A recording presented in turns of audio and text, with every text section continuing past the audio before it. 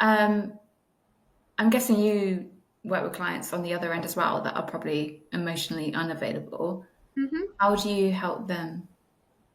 So I work with a lot of high slash overachieving women Yeah, that are really successful on paper, have done brilliant things for themselves, but they struggle with their dating and their relationships. yeah, And a lot of the time, we look at the drivers. We look at what is it that drives this person to feel the need to always be successful, like have that external validation.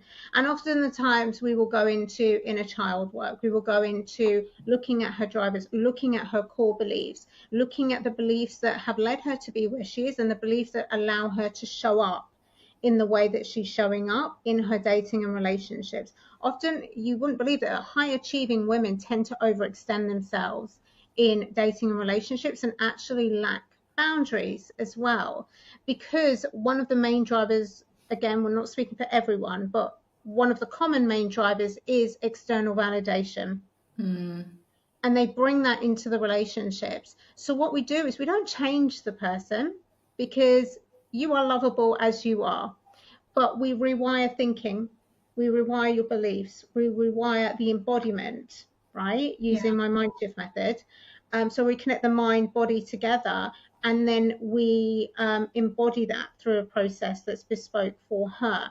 But, you know, if you grew up knowing nothing about emotional availability or emotions or the relationship with yourself, there's going to be a lot of unlearning you're going to have to do. yeah, And then there's going to be a process of relearning. yeah, But everyone can do it.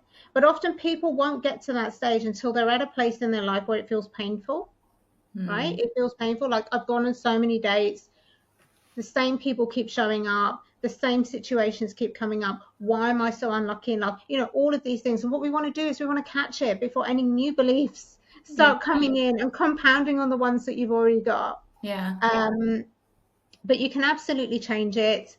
But it is a process, you know, it's not a one and done thing. If you've reached like your 40s and you have believed certain things for so long and you've lived your life a certain way mm, from the programs that you've inbuilt, right? We have to undo that. yeah.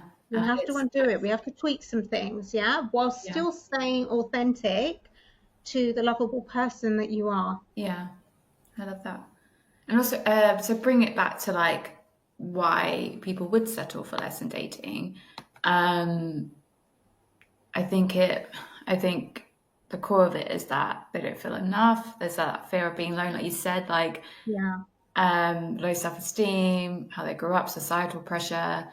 I think all of those things can cause people to accept less than they deserve. And like you said, internal beliefs and past yeah. experiences that might lead them to be like, oh, any scraps of attention, like it's fine. Y- Yeah, absolutely. That like for those of you that don't know, I'm a Reiki master and energy worker as well, right? And there's something they teach you in Reiki, which Yeah, is, you know, a little Reiki is better than no Reiki at all, which what they're talking about there is like practicing daily practice, right? Like even if you do it for 5 minutes, it's yeah. better than nothing. It's very much like this. A little bit of attention is better than nothing at all Mm, because they rely on the attention as self-validation, yeah.